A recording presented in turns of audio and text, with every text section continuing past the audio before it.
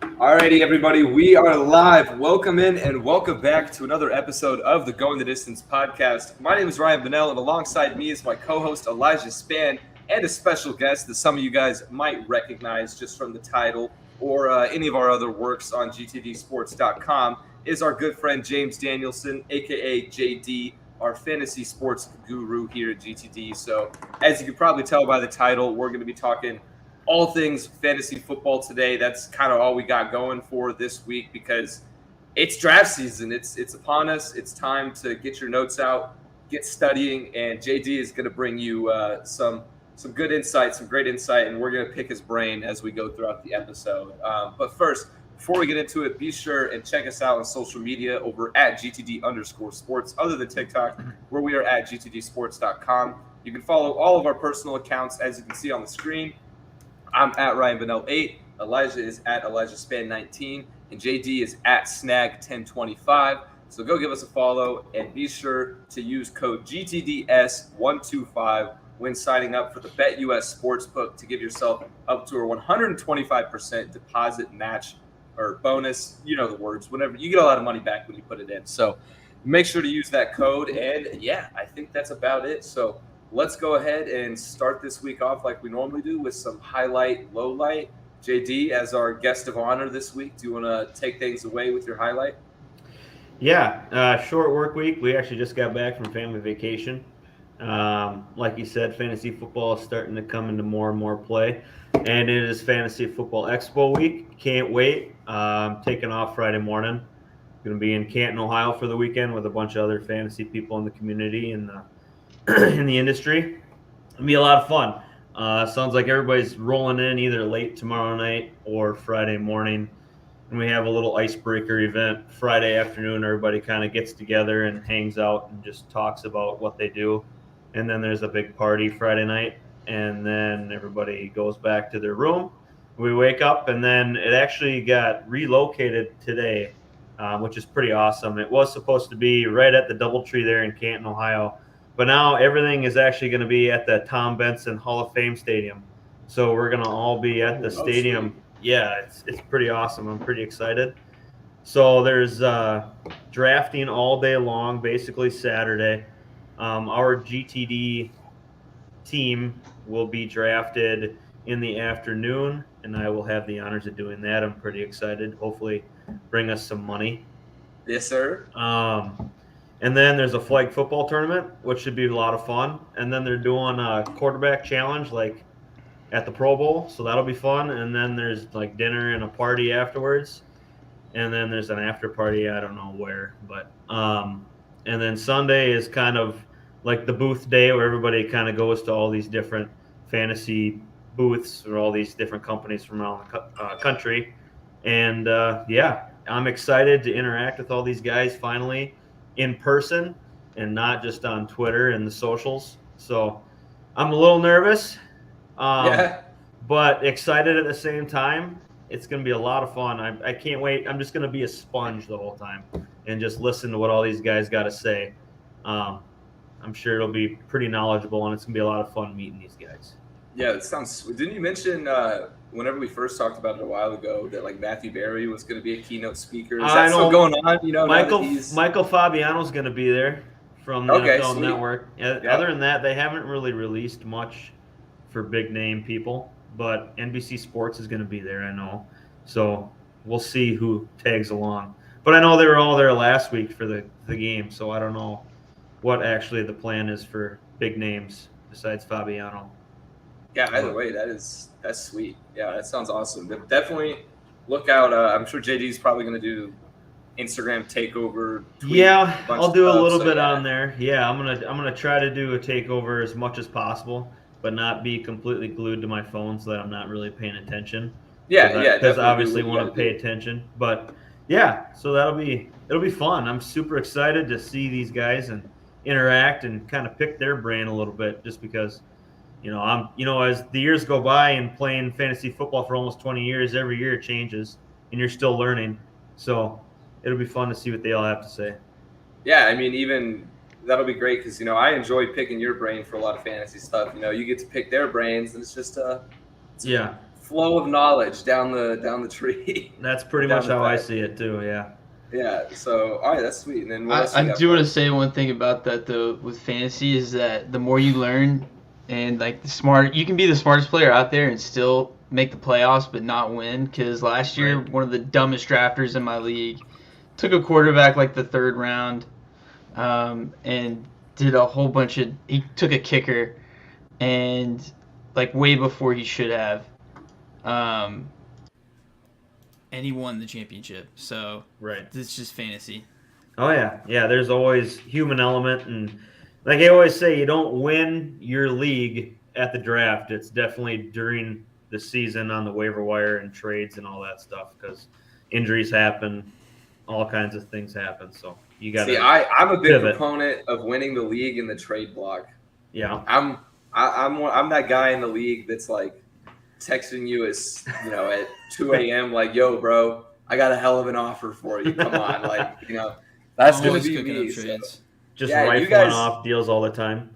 Yeah, you guys are both in my league that I am the commissioner for this year, so that'll definitely be exciting. I'm sure you guys will stomp on my old high school buddies a bit, but that'll be okay. We'll see. I'm down with it. Yeah, I'm tired. I swear, man. All right. Well, let's hold off on fantasy for a little bit. We'll dive deep once we get through this. But what do you got for us for low light?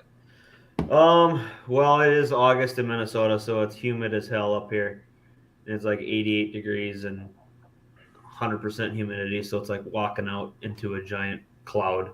Sucks. See, that's like the exact opposite of what I'm dealing with. Right, you're dry heat down there, and it's like 110 degrees probably. Yeah, it's been triple digits, I think, every day. So every day I've been here almost, and like maybe at certain times in the day it'll drop down to like 90, But yeah, pretty much dry heat, so not too bad. That's crazy. Yeah, I'm sure it's a lot different than what you're used to up in Minnesota. Oh yeah, man. We can't. I mean, our garage doors open up and you can just see the water and stuff start to pool on the floor just because of all the humidity. It's wild. Geez. All right, Elijah, what do you got for us?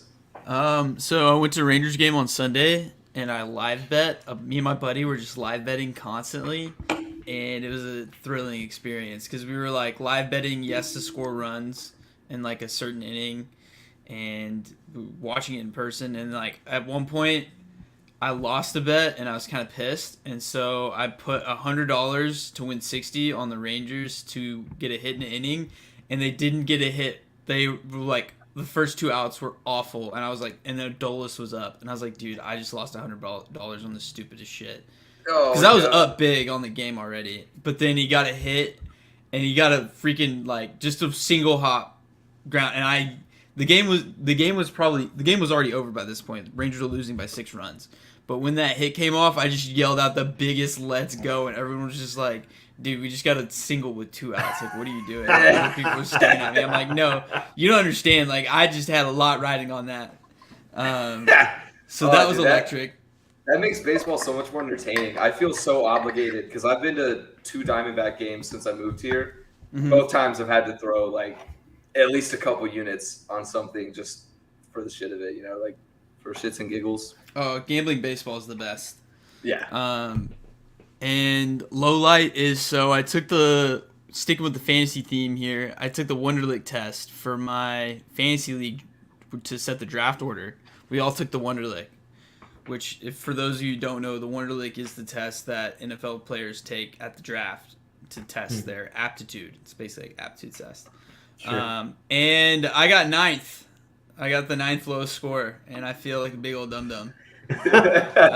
Yo, that's actually a really good idea, though. I like that. No, it was like good. It would fail miserably. Well, here's the thing, though. This year, I want the 10th through the 12th pick, so I'll fail that shit on purpose. Yeah, I mean, 9th isn't the worst. I tied with another guy, and we played 8-ball pool to decide the tiebreaker, and I wanted the 9th because we both wanted the 9th pick over the 8th, and then. Yeah, but no, I think I got a 21, so it made me as smart as Cam Newton, and I was like, ooh. But somebody got a 32. One of our friends got a 32, and I think he cheated. Oh, really? What's the max score on it? Bro, probably like a 50, but it's hard. I think the highest ever score was Ryan Tannehill. Highest Wonderlic score. Let For me some look that reason, up. that makes a lot of sense. It does make sense. I Yeah. could see it being like Ryan Fitzpatrick too, you know. That'd be sweet. He's just sitting in there taking the test. He's got a Hawaiian shirt on. So, Yeah. oh, somebody actually got a 50. That's nuts. It was a The punter. fuck? Oh, okay. Well, Ryan Fitzpatrick got a 48, doesn't count. and but he went to Harvard, so Yeah. lowest Yeah, was jeez. like Frank Gore. He got a 6. Oh, Lowest yeah. score we He got got. in some trouble today. I was just about Yeah, to say he he got did. arrested. I'm pretty sure. The lowest in my friend group was 16. 2 guys got a 16. Hey, well, at least you aren't those guys, you know. But that's a good idea of doing it. Last year, what we did, you know, you guys will have to brainstorm. You're in the league now, you know. Last year, what my league did is we did like a randomization where it was like a Google 100-yard dash. Everybody got like a random football player, and it made them do like a virtual race to decide it. So it's basically RNG, random number generator. But yeah, I've been doing a couple mock drafts, and I'll tell you what I don't want is I don't want the 6th pick. Like the 5th and 6th pick is I hate disgusting. the middle too. Yeah, I hate the middle this year. Like Give me although 8 it's through great, 12. yeah, yes, I completely agree. Or give me number 1 overall. See, and I hate number 1 too. Yeah, I don't love it, but I'm okay with Jonathan Taylor. You know, I'm not Yeah. gonna complain if I get Jonathan Taylor. But No, all right. you shouldn't. So before we get into fantasy, last one, my highlight from the past week. I don't know. I posted it on Twitter. I don't know if you guys saw it, but I hit the craziest parlay of my life at plus 4,000 odds. And it was 2 legs. It was the UFC bet, the UFC fight night on Saturday. I logged into FanDuel, and they gave me a $20 free bet. And I was like, oh, sweet. Like, risk-free, I don't lose anything bet. And so I decided to throw it on something that had, like, absolutely no chance of hitting. And it was a 2-leg parlay. The first leg was Jeff Neal to knock out Vicente Luque only in round 2 or round 3. And that hit at plus 1,000. He was also the first fighter to ever knock out Luque in his, like, 13-year career. So that's absurd. And then my second leg was Jamal Hill to win by knockout in only rounds 2, 3, or 4. And that was plus 300. So that $20 free bet paid out $800. Yeah, that's awesome. So literally, like, that was one of the best moments of my sports betting career. And I'm not sure if I'll ever top it, but especially because the second leg hit with 2 minutes left. Like, I was like, I'm fucked, you know. I was like, it's not going to happen. He's not going to get it. And then he knocks him down, and I'm like, oh, go, get him, stop the fight, ref. Like, oh, it was electric. But and then yeah, my low light is not like a huge low light. It's just one of those, and I'm sure Elijah is related. So I booked a tee time a couple days ago, and I ended up being directly behind like 30 fucking high school golfers doing their junior varsity tryouts. And they didn't have golf carts. They walked the entire way. They were split up into like 6 groups. So, dude, I was waiting at least like 15 minutes per hole just to play one hole. And it was one of the most aggravating things I've ever experienced. But yeah, it was just, I pulled up in the parking lot and I thought it was some like YouTube golf shit because I see like 20 dudes on the first tee box. And I'm like, this has got to be a joke. Like, how is this allowed? It looked like good golf was out there or something, but I digress. Anyway, let's get into it. Let's get into the nitty-gritty. Enough about our personal lives and everything. Also, Elijah, Philadelphia. Yes. Yeah, they're winning. Elijah has not a live bet, but a bet on the Phillies. I got right a little now, which is 2-leg going parlay on. going on with Philly and Dodgers money line. Yeah. So, all right. So we're gonna go ahead and start off our fantasy discussion with something a little bit different that Elijah came up with last week, and that is a Mount Rushmore of elite fantasy football players that aren't actually elite in real life. Or what's the way you worded it, JD? I said fantasy greats, real life tanks. That's honestly a more fun way to put it. So yeah, fantasy greats, real life tanks. And rather than just listing off our Mount Rushmore, our top 4, we are going to be doing a draft style. I think, snake draft probably makes the most sense. Yeah, snake. And yeah, we'll see who has the most interesting top four once it's all said and done. So, with that being said, who wants the first pick? We don't really have that decided. Here, let's do random number generator with Siri, and then we all three pick numbers at the same time. So 3, 2, 1, 33. 8. 20. Okay. Okay. Just do like 1 through. Pick a number 50 between 1 and 50. 20. 31, baby. Let's go. So that's okay. me, JD, JD. and then Ryan. Perfect. All right. Shit, dude. I don't know. Okay. What to pick. 1-1, Jalen Hurts. God damn it! Yeah. That's one of the only people I had. That was mine too. That's a good pick because it's legitimate. Oh, yeah. He's a freaking incredible fantasy quarterback, and he's just not a good real life quarterback. Mm-hmm. Yeah, he loves underthrowing footballs more than any other quarterback I've ever seen. He's addicted to it. Tua might take that title from him this year. Maybe. I don't know. Maybe they're sending smoke screens with Tua. I don't know. That's what, according to Tyreek Hill, he's more accurate than Mahomes, so we'll see. But yeah, so that's pretty obvious 1-1. So, Okay. take the floor. I'm going to take Jameis Winston. Oh, Ooh. interesting. Okay. He's kind of like Forrest Gump. You just, you never know what you're going to get. The box of chocolates kind of thing. Yeah. He might have 4 touchdowns and 4 interceptions in the same game, but then the next game he might have 4 interceptions and no touchdowns. And then the next game he might have 2 touchdowns and no interceptions. You just never know. And, some days he's awesome in fantasy football, and then there's days where you're scratching your head. Well, I think 2 years ago he had like 30 touchdowns and 30 interceptions in the same season. Yeah, Mr. 30 for 30, yeah. Yeah, last year with the Bucks. That doesn't happen. So I'm taking Jameis Winston. All right, for my first round pick, I guess, I'm going to go with one of the 2 guys that I just off the top of my head thought of when this was brought up, and that's going to be Cordero Patterson. And this is very, very recent, recency bias, mostly going off of last season. He's obviously never been that great of a player throughout his career, but he was probably what won a lot of people their leagues last year if they were able to pick him up. So he obviously found some usage in that Atlanta offense, but I don't think it's going to continue. But that's beside the point. He's fantasy relevant, but not great in real life. I honestly don't even think Cordero Patterson is a top 30 running back in the league. So, yeah, that's my pick. And then I guess I'm up again.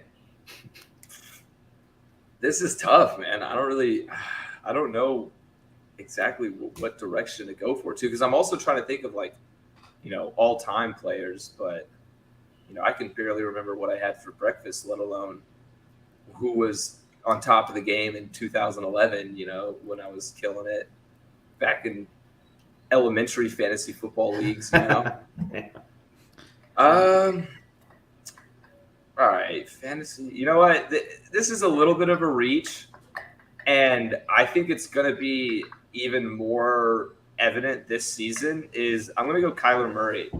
Oh, yeah. He was on my list. Yeah, I got Kyler Murray. I think, obviously very similar to Jalen Hurts in that sense. He gets a lot of rushing touchdowns. He can use his legs. He's going to get you those extra points on the ground. But the fact of the matter is he's not a Super Bowl winning quarterback. He's not elite. Yeah, he's not elite. He's not bad. He's a good quarterback. No, he's a good quarterback, but he's not elite. And in terms of fantasy, he's what, a top 5 quarterback every year? Let me see. I'm looking at the rankings. He's 6 on Sleeper, but still. So yeah, give me Kyler Murray, and those are my 2 so far. I got to make sure I got to write these down too, so I don't forget at the end. I'm going to take Blake Bortles. Okay. Blake Bortles. Okay. That's an interesting one. Solid. It is. So here's the thing, though. So in 2015, he was number 7 quarterback overall in fantasy football. He was stellar for the Jaguars. Here's the issue. They were 5-11, but every game he threw for 300 yards or more, they lost. Mm-hmm. It was the weirdest thing, and he also led the league that year in interceptions in 2015. Mhm. He was great in fantasy, but they were 5-11. They were horse shit. Yeah, that was garbage time. I remember that year. Yep. I think he was my fantasy Yeah. quarterback that year. It was all Yeah. garbage time. Garbage Yep. time king. He crushed it, but they sucked in real life football. Oh, So wait. I'm thinking Blake Bortles. Oh, wait. Okay. Yeah. No, I was about to say Elijah was the first pick. Yeah. I just got tripped up about the order of operations. But yeah, all right. I respect it. Bortles is a pick. Yeah. I'm going to go with Keenan Allen as my second pick. Really? So I wouldn't say that he's an elite wide receiver. He's always been very good, but he's elite fantasy receiver, especially in PPR leagues, because he'll have like 9 catches, 70-yard games. Like that's not exactly elite wide receiver status. Hold on, Elijah. So- We got a comment here. It says, "Hello. What are you guys picking? We're currently doing a Mount Rushmore. We're drafting players that are elite in fantasy football, but not elite in real life. You know, like actual football." Keenan Allen. That's an interesting pick. That is interesting. I consider Keenan Allen to be an elite receiver personally. I don't kind know. of do too. He's definitely on the edge, though. Well, he's getting older. Yeah, that's true. He's that's Mike Williams' team now. But I'll get into that later, actually. I mean, I love Keenan Allen. He's been on my fantasy team for multiple years, and he's Right. great. Especially now that he's got rid of his injury bug. But Yeah. I just don't think that he's truly an elite wide receiver when you talk about like the top 5 guys, like the truly, because that's what elite is. Not top 10, not top 7. It's top 5. Right. Those Yeah, are the you're elite right. guys. Yeah, He's never been in that conversation. yeah he's no, not- you're right. No, that's He's in fair. the Hall of Very Good. He's not in the Hall of Fame conversation at all. I think So- there's certainly a case. So yeah, you're up again, back to back. I'm gonna go with another pick that might be debatable with some people, but I don't think that this person is elite. But I'm gonna go with Aaron Jones. Okay. Yeah, I can see that too. That is a good pick. Yeah, because I don't consider him an elite running back. He's pretty relevant for fantasy. He's Which one I'm of the- curious too on JD's take on Aaron Jones for this season. What's that? Say that again. I'm sorry. I said I'm slightly curious for your take on Aaron Jones this season. I am targeting him in every league possible. Wow. Okay. I am. Interesting. Yeah, he's actually on my must-have list for later. Okay. Sweet. Okay. Yeah, I could just talk about it now if you want. We can get into it later. Yeah, we'll save it for the But- must-haves. Yeah. Yep. But yeah, he's no, not. I love him this year. He's had that 150-point game. He's awesome. He gets catches for PPR. He's kind of splitting carries with old Thunder Thighs, but he's still the number 1 back, and he's still a guy that you should target. But in terms of being elite, like he's not exactly, You're right. especially at bell cow running backs. He's on the bottom tier of that list. Yeah, no, I don't disagree with that at all. And I think it's interesting. I've seen a lot of people mention A.J. Dillon as, the go-to. If you're doing a 0 running back strategy, then he's your go-to running back 1. And I find that blasphemous. I just, nothing against A.J. Dillon. I just don't think he's going to put up running back 1 numbers, even if that's your strategy to go 0 running back. But I wouldn't want him as my first one, yeah, personally. yeah. All right, so is this this is JD now again? Are we going 4? Yeah. Yeah, 4 picks. So four this is your players? third. Yeah, this is your third. Okay. No, this is my third. You're right. I'm kind of going historical here. And so, I mean, you guys may or may not remember, but I'm going with Peyton Hillis. Oh, I remember Peyton Hillis. Dude, the guy was a dog. I mean, he Yeah. had one massive season in 2010, and he just kind of disappeared after that. Yeah, that's actually But a he perfect pick. Yeah, absolutely crushed it in 2010. I mean, he even got the cover of Madden the next year. yeah, exactly. That's why I remember it so much. And then he just completely fell off the face of the Yeah, planet he was after that. gone. He was Yeah, gone. He was nothing. That's a really, really good pick. I am mad I didn't think of him sooner. Because, that fits the bill perfectly. Elijah, he went with Peyton Hillis. Decent. Mm-hmm. He had one massive year, and that was about it. That was it. All right, Nothing so else. I'm going. I don't know. Going kind of more towards my home court, what I'm more familiar with, and this guy had about a 2-year stretch, maybe 3 years. He had a lot of injury problems, but to where he made Gronk look like a number 2 tight end, fantasy wise, just for a short little bit, and that's Tyler Eifert. When he was with the Bengals, when him and Andy Dalton had that connection, those 2 seasons, man, he was Eifert nuts. was a stud. Yeah, like he was nuts. He just ended up in the end zone every time. Every time they were in the red zone, he ended up with it. And although I don't think he was a bad tight end, he just certainly wasn't elite. No. Like although he was putting up Gronk-like stats, there's no way he compares to Gronk even in the slightest. So like, yeah, I got to go with Tyler Eifert for that pick. Let me write that down. And then okay, I guess it's on me again. Getting down to the nitty-gritty here. Yeah, we are getting down to the nitty-gritty. I was trying to think of one while you guys were going, but I got one more that I really want, and I don't think you guys are going to take him. I don't have to worry about Elijah. I got to worry about you. See, that makes me think it's a Bengal. It's not. I promise you that. Man, this is I almost want to like pass my pick, but I can't. So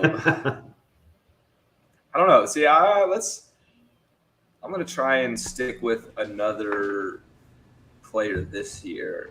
I have one too, but I know that Elijah probably has him on his list, and I don't want to. No, you can go for it. I stole Jalen Hurts from you.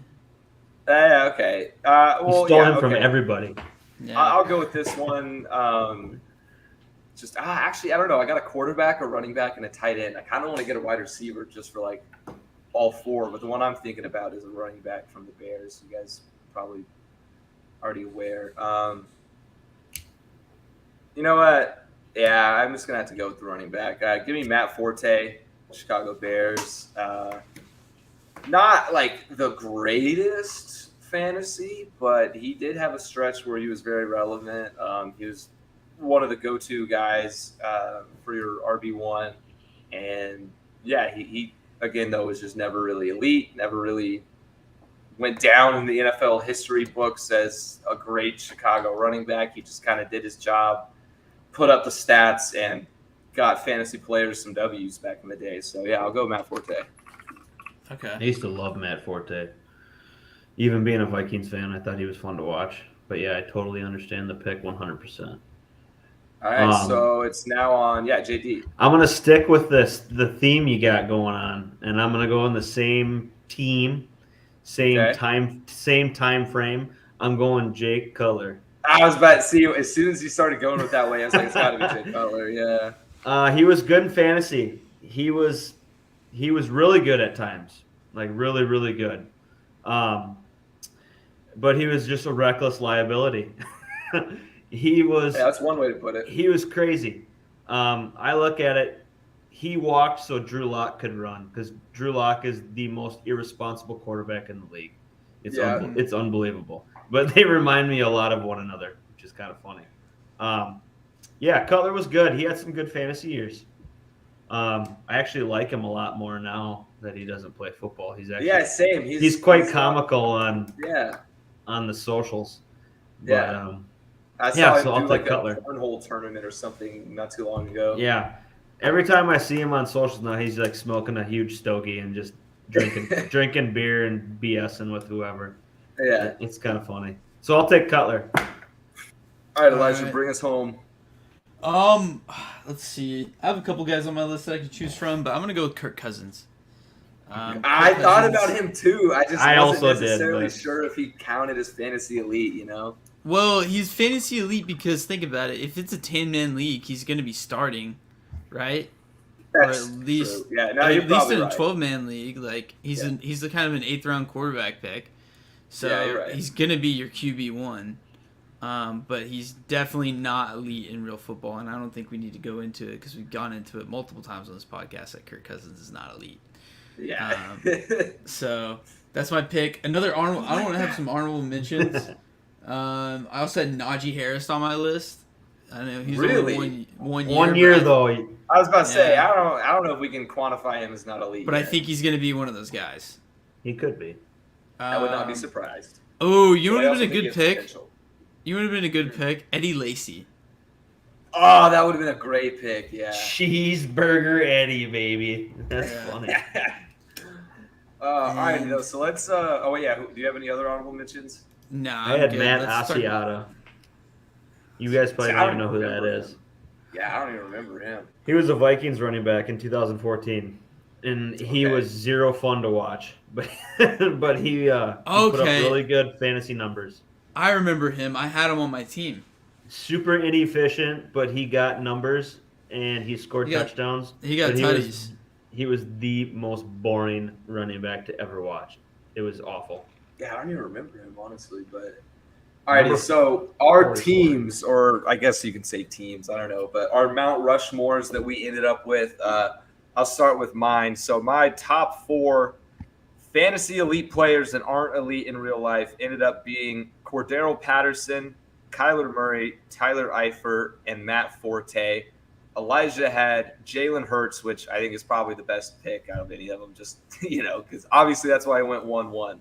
Jalen Hurts, Keenan Allen, Aaron Jones, and Kirk Cousins, while JD had Jameis Winston, Blake Bortles, Peyton Hillis, and Jay Cutler. I think JD went a little bit more out of the box than us. I did. Yeah, which Sorry. I respect. No, that's how you should be. That's just showcasing your knowledge, because that was tough for me to think of. Because I had to although I've dig been a little playing bit. fantasy for a long time, I don't really think about that, on a day-to-day basis. But alrighty, so yeah, let us know in the comments whose team you think was the best or worst or whatever you have to say about them. But Throw up a poll on Twitter. no, yeah, honestly, We can do that. yeah, that'd be fun after the episode. Just tweet kind of the 4 that we ended up with.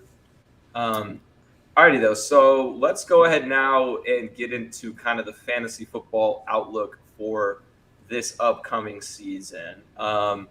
And starting off with, I don't exactly know where to start. It's kind of tough just because, there's so much to talk about with fantasy. There's so many different angles you can take. But what? Do you want to start with the rookies? That's what I was just about to say. I was like, let's go ahead and start with the rookies, kind of get that conversation. There's out of only the way. a handful that I really am interested in, and more often than not in Dynasty than redraft or keeper leagues. Yes. No, I And- totally agree. Yeah.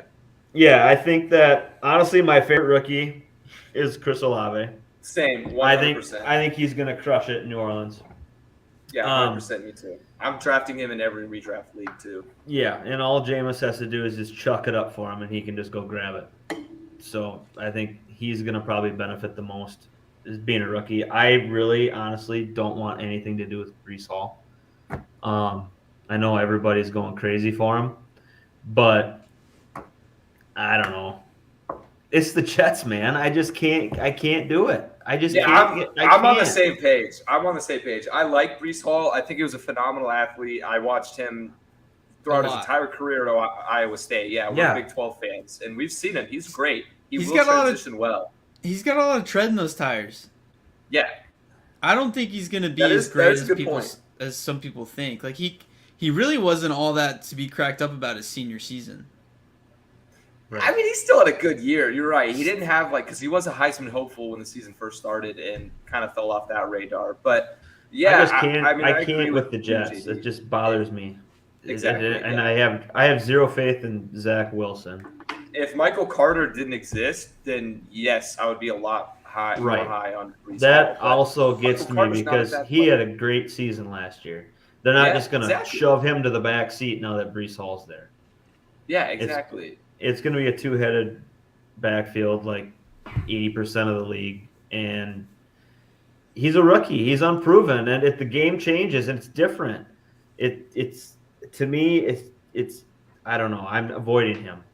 I think he's a good pick for dynasty leagues, but redraft leagues you have to avoid. But also, just wanted to answer this. We got a question: is this a dynasty show?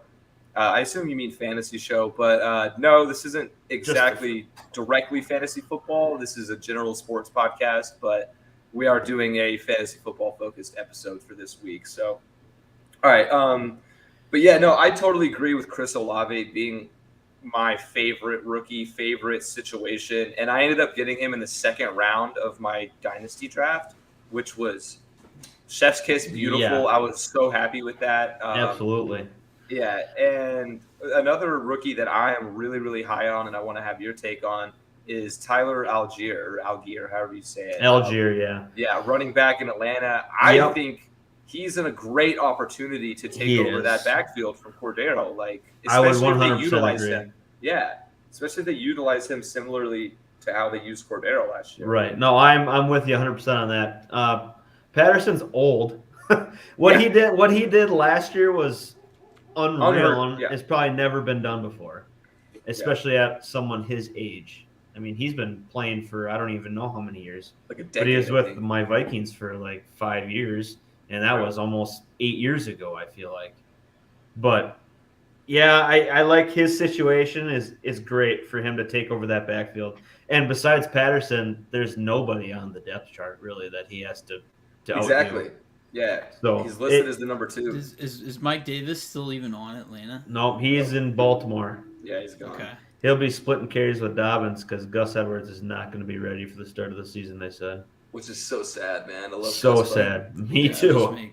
They should just make Dobbins a bell cow, but whatever. Yeah, he's coming off a major injury too, though. So I was just about to say. I don't know if they can right now, but they got hurt the same week last year.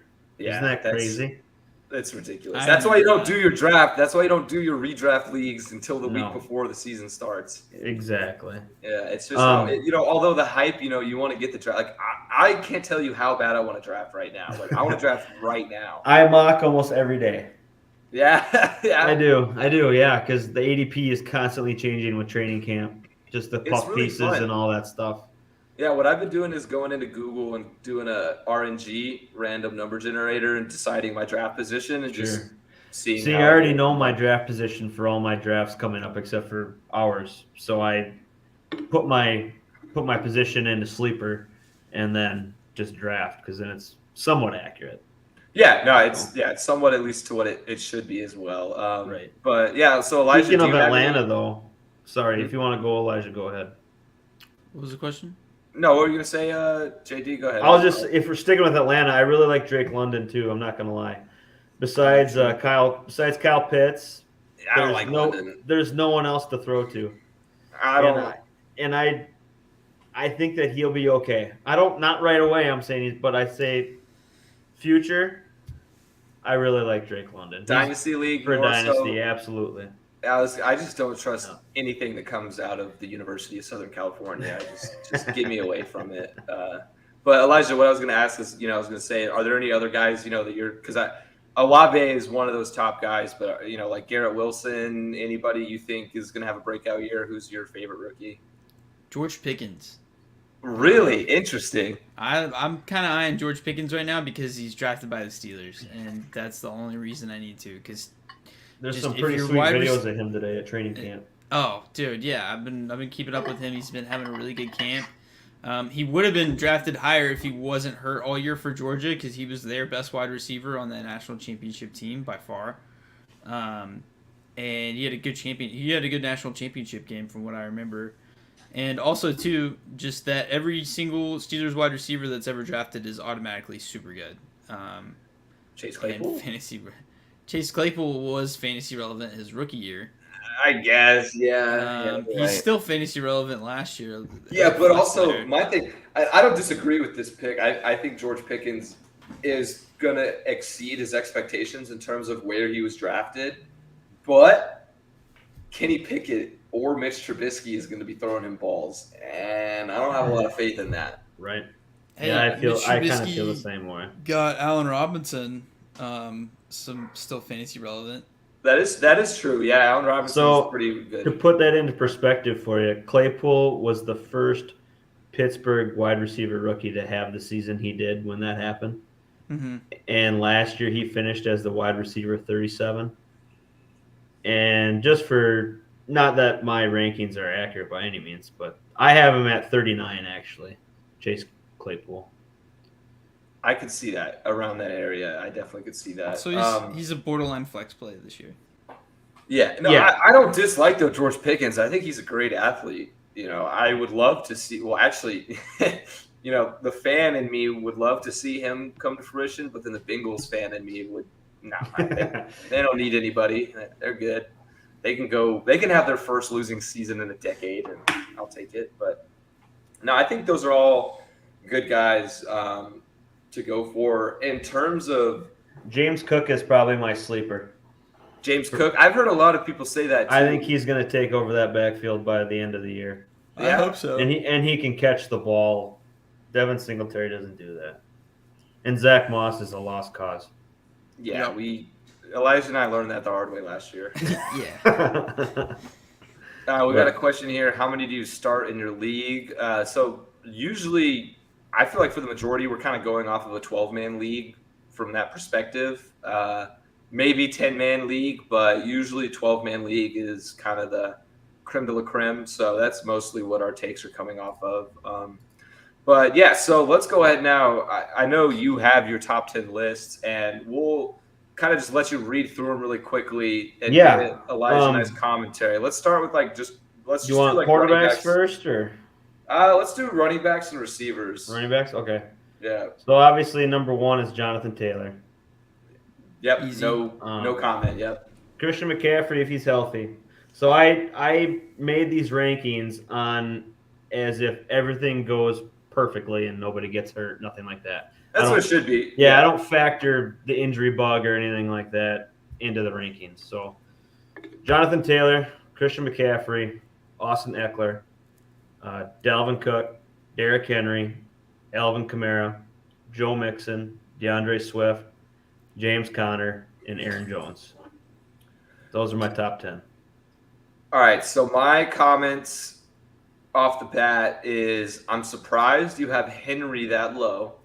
Yeah. But I understand it. I am personally, I really like DeAndre Swift this year. I might bump him up a little bit higher. And I thought about it. I am very low on James Conner this year. I think he's going to be a bust. He could be, without a doubt. Yeah.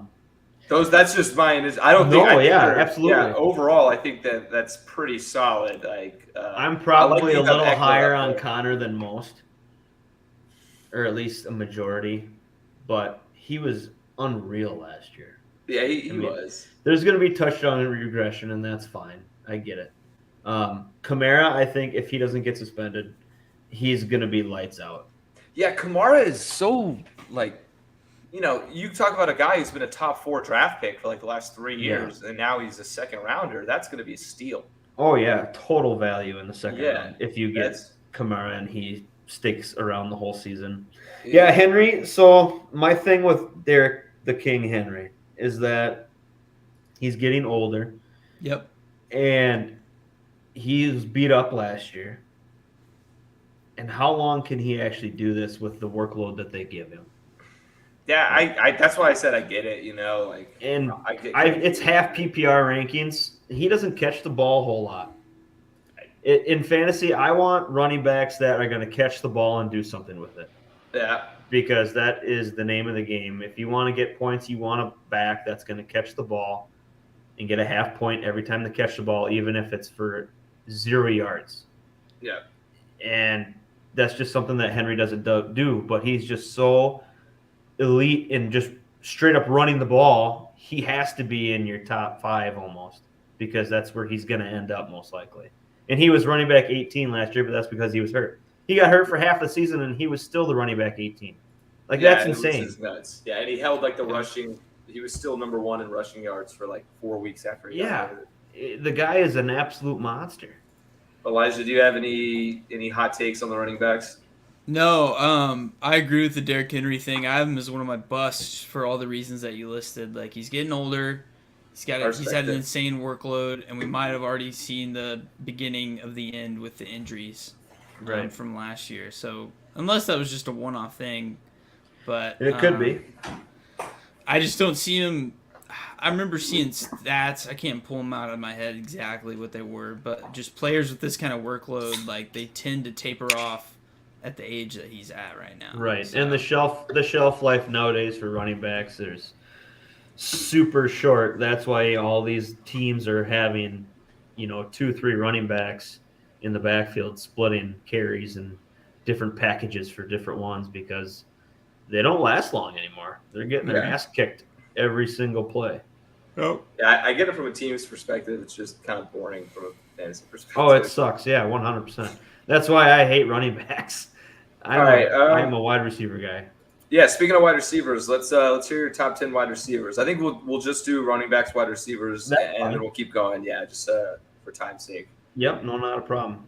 Cooper Kupp, he's Obviously. on the top. Justin Jefferson. I'm gonna get a little flack for this one, but I got Devontae Adams at number 3. I'm not knocking you for that. Stephon Diggs, Jamar Chase, Deebo Okay. Samuel, CeeDee Lamb, Mike Evans, Tyreek Hill, and Mike Williams at 10. I think that's a pretty solid list. So That is pretty solid. Yeah. I like Yeah. your CD at 7. He's gonna get the opportunity to take over as wide receiver number 1, and he already Absolutely. had a 1,000-yard season last year. Yeah. He's Yep, going to be absolutely. really good. If I am- Dak can stay healthy, he's gonna have a monster year. I am questioning. You think, and this is just like an honest question, like, do you really think Stephon Diggs is going to finish above Chase? Because, I honestly, a lot of leagues, Chase is going first. right, and I think that people overlook that connection that Diggs and Allen have, just because he didn't have the big boom games like Jamar did last year. Yeah, but he was very consistent. Right, he's super consistent. He was the wide receiver 7 last year. I think that they're only going to get better together, and that Buffalo team is going to be scary. They're going to score a lot of points this year. Yeah, I got Josh them as my Allen Super Bowl is pick, so. freaking unreal. As far as Jamar Chase goes, he's going to be that guy that puts up 40 points in a game, but then he's probably going to take the back seat the next game, and it'll be T. Higgins the next game. He's going to have huge Higgins games, and he's going to have games where he disappears.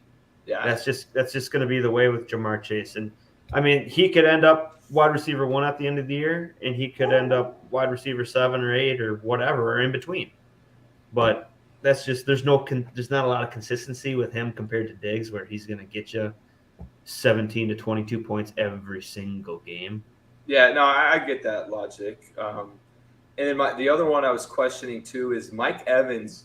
Now that they just got Julio, that kind of makes things a little bit interesting. I know Julio Jones is a dinosaur, but Tom Brady's a dinosaur too, and he likes his vets. He loves his vets. My main thought behind this is Chris Godwin and what he's going to be able to do this year. Mike Evans has consistently been wide receiver 8, 9, or 10 for basically his entire career. Mm-hmm. He has never had anything shorter than 1,000-yard season. He's got 2 years now with Tom Brady? 1, 2? How many years has Tom been there already? 2. Yeah. So this will be year 3. Yeah.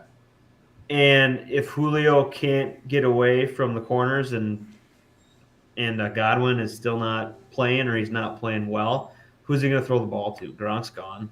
Yeah. And what's his name from Atlanta?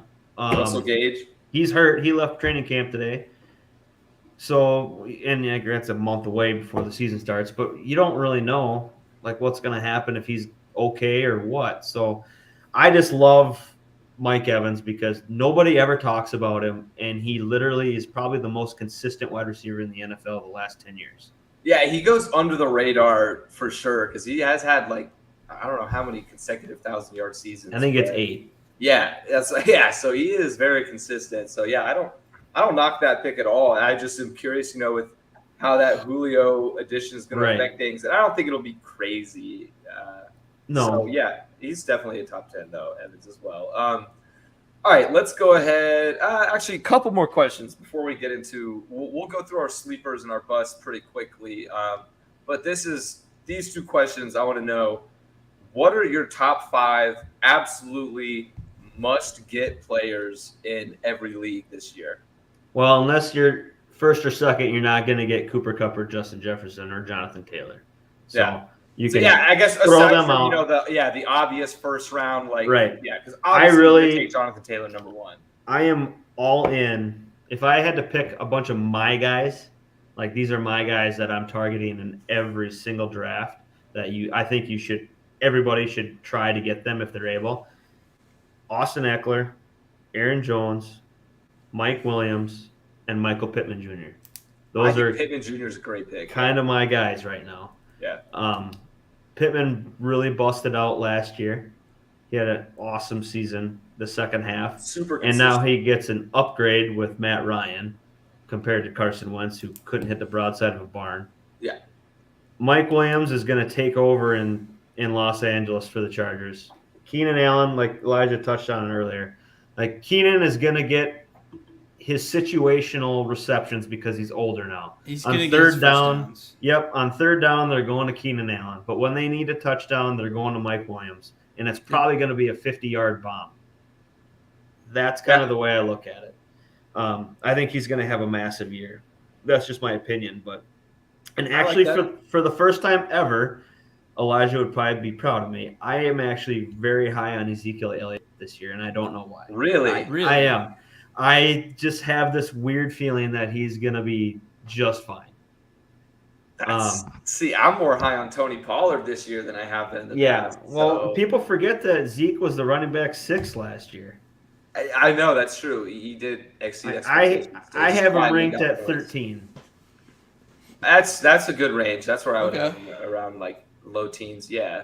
Yeah. So I would do him, or I love Travis Etienne, but I have no idea what to expect in Jacksonville. Oh, I'm big on Etienne. Me too, Really? man. I love watching him catch the ball and run. He is so electric, but I just have no faith in Trevor Lawrence. I just don't know what to think about. I have complete faith in Trevor Lawrence. I was Do about to you? say, Oh, you're a better man than I am. I kind of got faith in him this year. He's in my sleepers, but we'll get to that in a Yeah. second. Well, Elijah, I was going to ask, you just said you're all in on Etienne. Who are your must-get guys, Damn. I mean, JD hit the nail on the head with Eckler. I always try and target Eckler. I have the 9th pick in my draft. Hopefully I can get him. I can say that with confidence too, because I know none of my friends watch this podcast. So There's no way he falls to 9th. I'm sorry, yeah. he might. My wild, friends though. are stupid. I think there might be some quarterbacks going in the first round in my draft. Oh, God. But must get. I mean, I'm not sure. Justin Jefferson is a must get, but like JD said, like he's gonna go pretty early. He's Jamar going Chase. number 2 overall right now on Sleeper and mock drafts. Oh wow. It's going Jonathan Taylor and then Justin Jefferson and then That's- Christian McCaffrey. Okay. Wow. I don't even know what my options are going to be at 9th because that's where I'm sitting at. Do you know what usually ADP around 9 is? Number 9, you're probably going to end up with. Well, I've been drafting at 8, and I usually end up getting either Devontae Adams or. I guess I have had Cooper Kupp follow me once, but that was like a month ago. But his ADP is way up there now. I think my friends are all low on Cooper Kupp because they're like, he's not going to do as good as he did last year. Well, even if he does 3/4 of what he did last year, he's still going to be like wide receiver 2. Yeah, but they still elite. Literally, I don't if give you a fuck take if there's gonna be 500 some yards away regressions. from his total last year, he's still the wide receiver 1. Yeah, that's absurd. That's insane. So my go-to guys, I don't have like 5 concrete, but 2 that I'm really eyeballing this year, I've already kind of mentioned, is DeAndre Swift. I'm very high on Swift this year, as long as he can stay healthy. And I'm also one that nobody's really talked about, or that I've seen in the media even, is Brandon Cooks. And Elijah is too. We talked about it a little bit. The Davis Mills hype train. I'm slightly on board with the Davis Mills You hype should train. be. Yeah, I'm slightly on board, and I think Brandon Cooks is by far the wide receiver 1 in that locker room. There is nobody on that depth chart. No competition. And guess what? The Texans are a bad football team. They're going to be in a lot of losing situations where they're going to need a pass and get some garbage time points. And you know who's going to be there to catch him? Brandon Cooks. So those are my two big guys that I want in every league. And also Cooks is a huge value pick. You can get him Absolutely. you can get him in the later rounds. And then my third one I already mentioned is Chris Olave. Even though he's a rookie, I really, really like Olave I think he's even going to have a better year than Jarvis Landry in New Orleans. So, I have Landry way down on mine. yeah. I think I have. Where's he at? I have Olave 44, and I have Landry 67. Oh wow. Yeah. I can see that happening. I really can. So, all right. And then last question before we get into our quick sleepers and busts is what players are you absolutely avoiding this year at all costs? Christian McCaffrey. Really? Yeah. I got burnt by him the last 2 times he got hurt, so I'm done with him. I get it. I've been burnt once. But if you've never been burnt by him, go get him because if he stays healthy, he's the best running back in football. Right.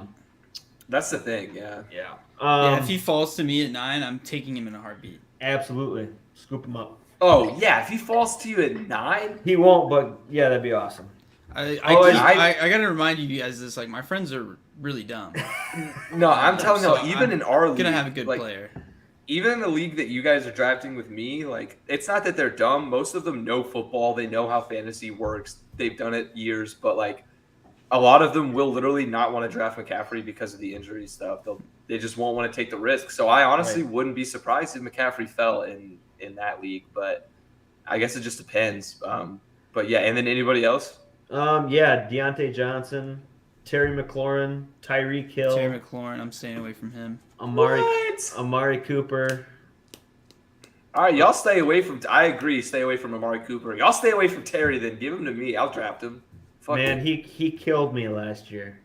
Yeah, a little bit, but I still have faith. I have zero faith in Carson Wentz.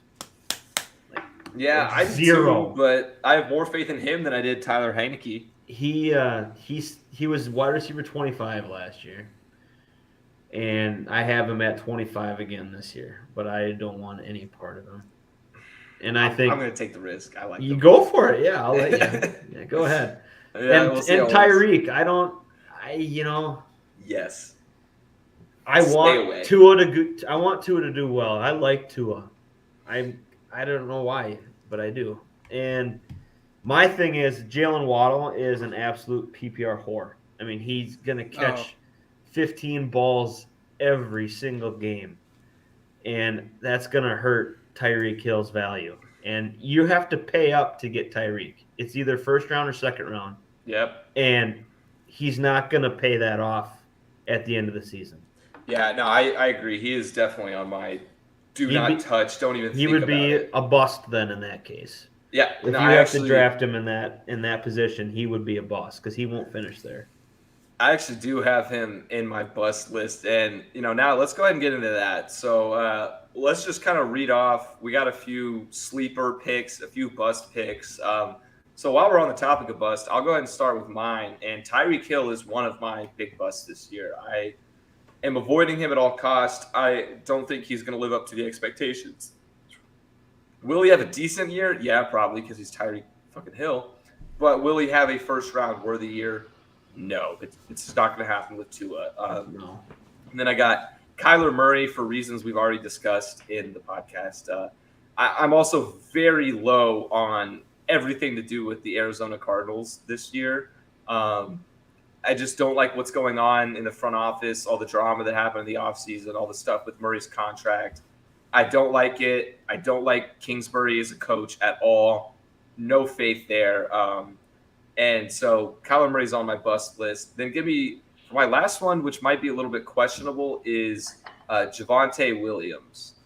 And although I believe in him long-term, I think he's a stud athlete. The situation he's in is not going to immediately bump him up to that sophomore status yet, if that makes any sense. A lot of people expect him to go from, he had a really good rookie year. Well, Melvin Gordon is still there. Yeah, that's the thing is, although, yes, he's probably a better athlete, his opportunities aren't changing. he's going to be in the same situation. He can't catch the ball either. If you didn't know that, he sucks at receiving, and Melvin Gordon is really good at it. If he drops, I think he's worth a late round pick if he drops. But no, I don't want anything to do with the Broncos backfield. And so let's go ahead. Let's stick with busts. What do you guys got? Go ahead, Elijah. I just have Derrick Henry. And we already got into that a little bit. One big bust. Yeah. I got Deontay Johnson. As much as I love Deontay Johnson, I just don't see it happening with the quarterback situation in Pittsburgh. Yeah, fair. He was the wide receiver 8 last year, and there's no way he's going to recycle that. To me, it's not happening. I also have Cam Akers on there. Really? I do. I don't know if you guys watched the playoffs and stuff when he came back from his injury, but he looked like shit. And I know it's been like 8 months, 10 months since then, but I can't risk it for the biscuit if he's going to be still lingering like that and not running the ball. I think he averaged literally like 1.9 yards per carry. He was nuts in that Cardinals game. Yeah. Remember, he killed somebody. That person literally died on the field. But he is my bust my big bust for running backs. Like I said, that might end up coming back to haunt me, but I'm not gonna draft him, so that's fine. I respect it. Yeah, I'm hesitant on him, but I like him. Like, I actually had Patterson on there too, Cordell Patterson. That's a good one. To me, that's almost like an obvious bust. I don't think he's gonna beat that year. I would think so, and that's pretty much it, I think. Unless you want to talk. I think I have a quarterback bust, but I don't know where it is right now, so that's fine. Yeah, I'll go. Let's hit some sleepers now. So I got a few picked out, a lot more than I do busts. For sleepers this year, starting off with Derek Carr, I think he's going to exceed his ADP by far. He's has a great situation. He's got Renfro, he's got Adams, he's got Waller. I mean, what more could a quarterback ask for right now? And I also got, which I know you're low on, JD, but Elijah and I are high on, is give me T-Law, baby. I want T-Law as a sleeper. I think we may see some very different things out of Jacksonville this year. Yeah. And I hope he can thrive in a new offense under Peterson. Maybe. I don't know. But I think he'll do better than a lot of people expect. And then sticking with the Jags is give me James Robinson. Travis Etienne, who? It's James Robinson, baby. He's taking over the backfield, okay? I'm a big James Robinson fanboy. I have no idea why. This is honestly a little bit of bias right here, but I love James Robinson, and I think he's going to exceed his expectations. And my last two, already mentioned Chris Olave. He's a sleeper. Need him. And last one is Cortland Sutton. I think a lot of people have their eyes on Jerry Jeudy. No, it should be Cortland. And I think Cortland should be the number one in that situation. He's the only one out of the two that proved themselves. Jeudy that's what I was about to say. And I think that's going to kind of come to fruition over the course of the season, especially with a quarterback like Russell Wilson. He's going to rely on those more experienced guys. Give me Sutton as my sleepers. Elijah, what do you got for your sleepers?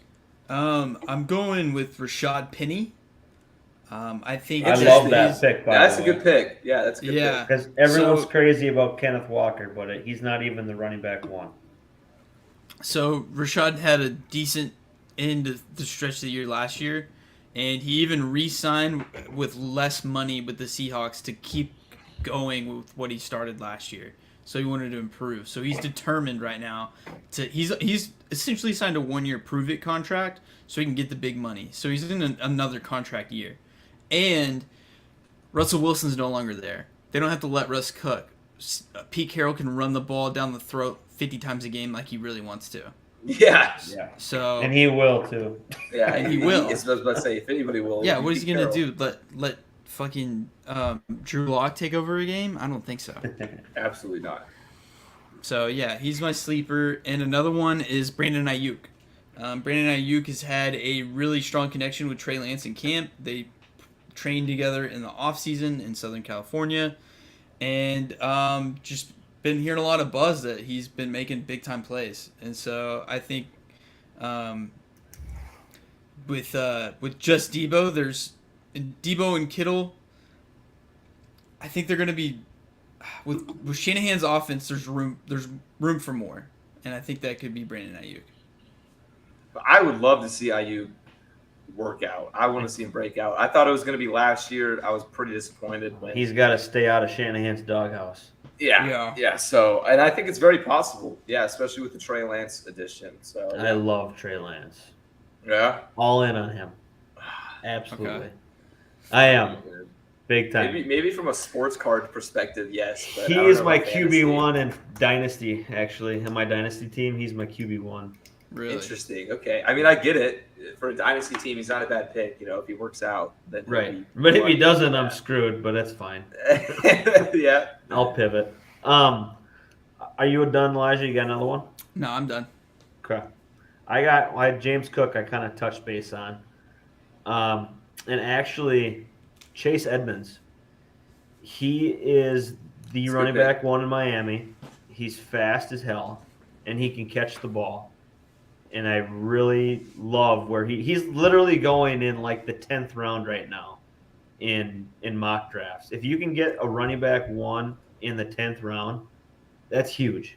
Yeah, that's absurd. And especially if he's a pass catching back. So I really like Chase Edmonds a lot. His ADP is 95.8 right now. Yeah, that's insane, dude. He's below Devin Singletary.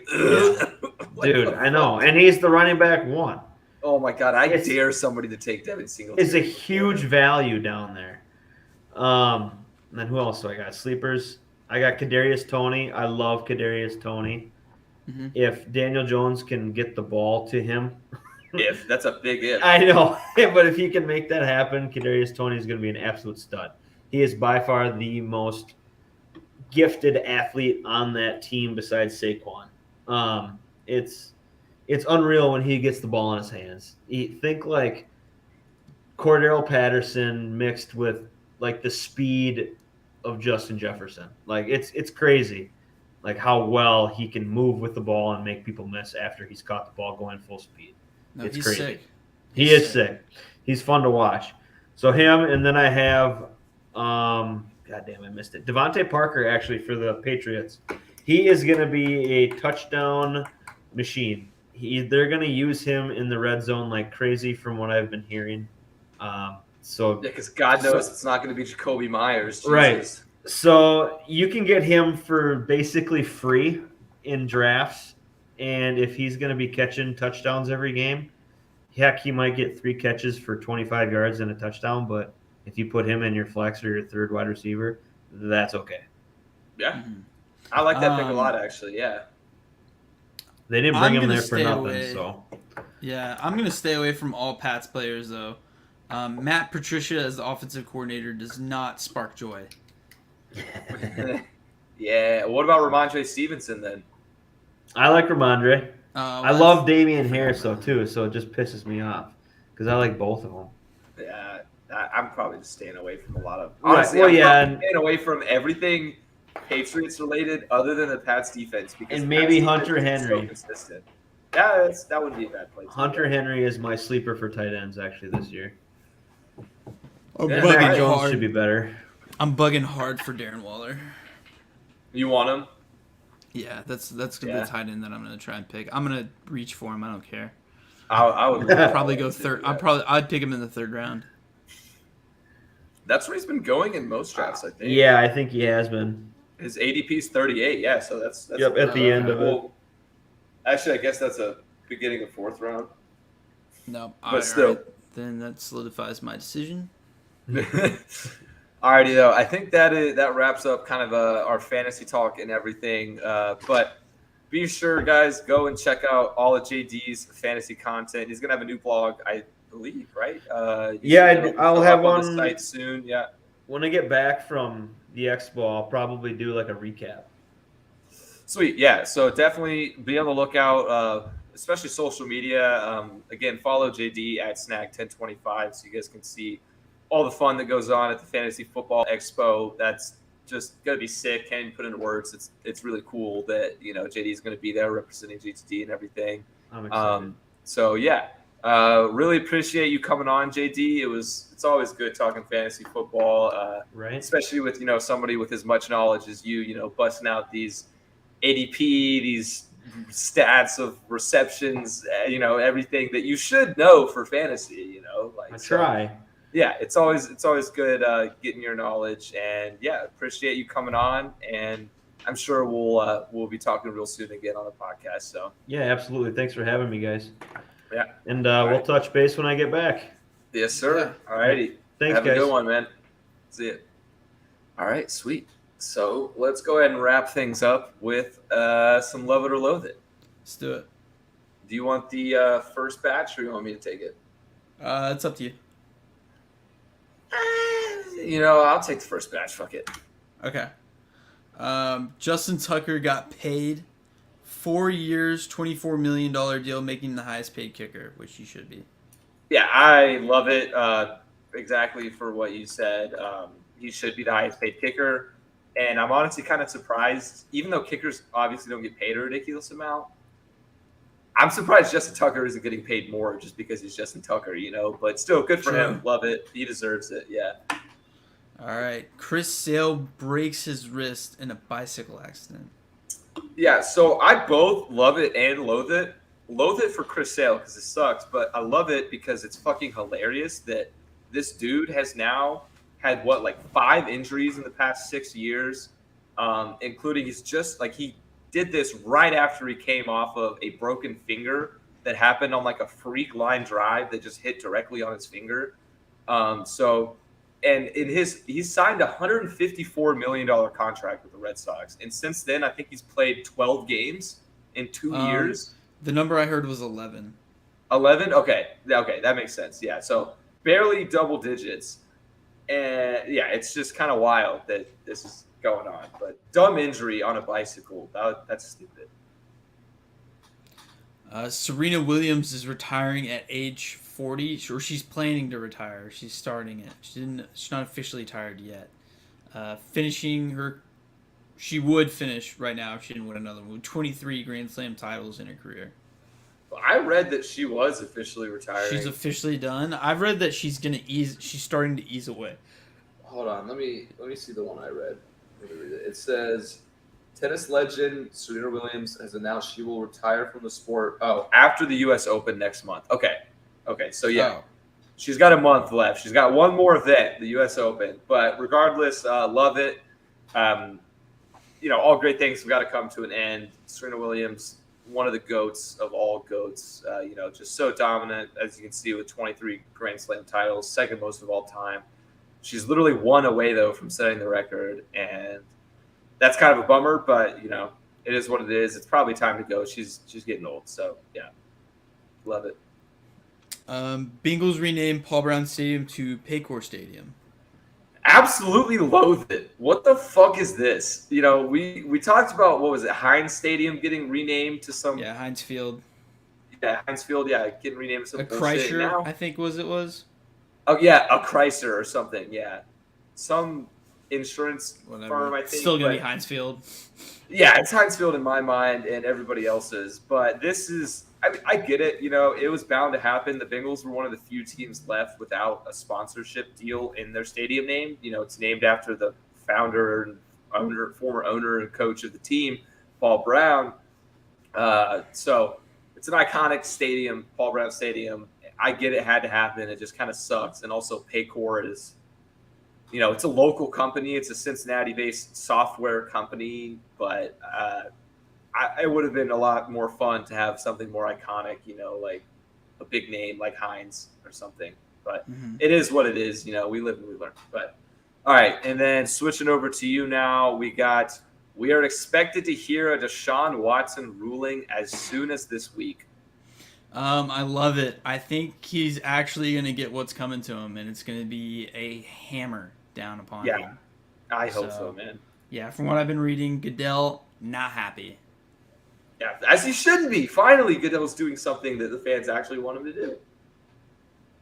All right. Switching over for basketball a little bit.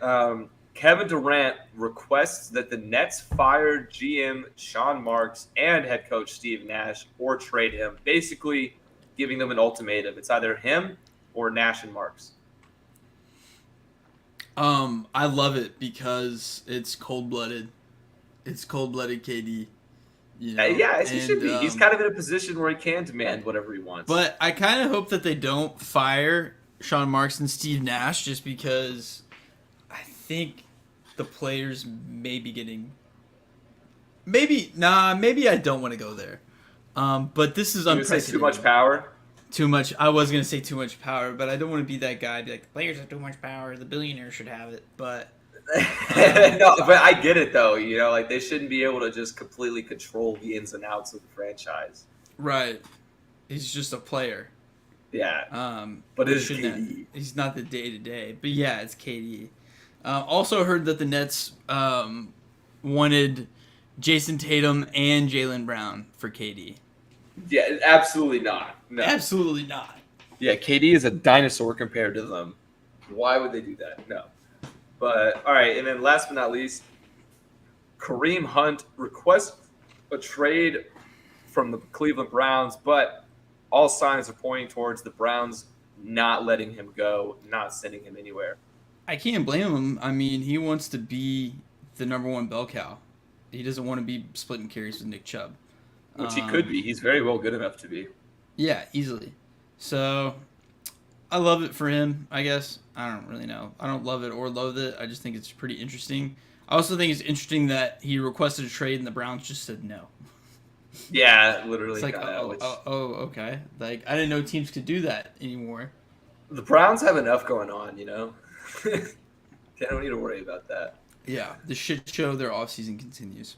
Yeah, exactly. But alrighty though, that is going to be it for this week's episode. It was nice talking some fantasy football. You know, like we said, be sure to check out everything JD's doing on social media with the Fantasy Football Expo. Should be awesome. And yeah, appreciate you guys listening. We will be back again live next Wednesday, probably around the same time. So yeah, and I think probably next week might be time to make some, you know, preseason predictions and everything like that. So yeah, we'll see. We'll see. Maybe next week, maybe 2 weeks. I don't know. We'll see where the predictions come in. But also got to get some college football predictions in there as well too, because that starts before the NFL. Yeah. But alas, football season's finally here, so you can. It's upon us. Yeah, it is upon us. So get ready for football for the next few episodes. And yeah, thanks for listening. And again, yeah, we'll see you guys next week. Peace.